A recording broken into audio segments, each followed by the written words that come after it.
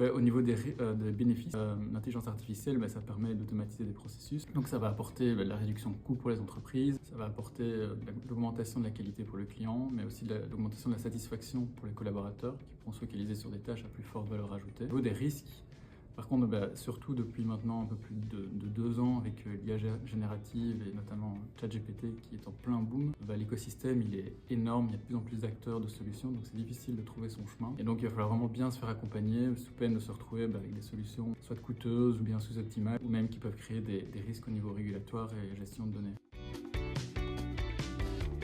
Déjà, le premier aspect, c'est effectivement mettre en place de manière concrète dans les outils de tous les jours des employés l'intelligence artificielle. Et puis surtout, effectivement, accompagner ça de formation continue. Ça peut être des workshops en interne, ça peut être des certifications spécifiques métiers. Et vraiment, ce qui va être important dans une politique de changement comme ça, c'est vraiment d'accompagner les personnes à comprendre c'est quoi l'IA, qu'est-ce qu'elle peut faire, qu'est-ce qu'elle peut ne pas faire.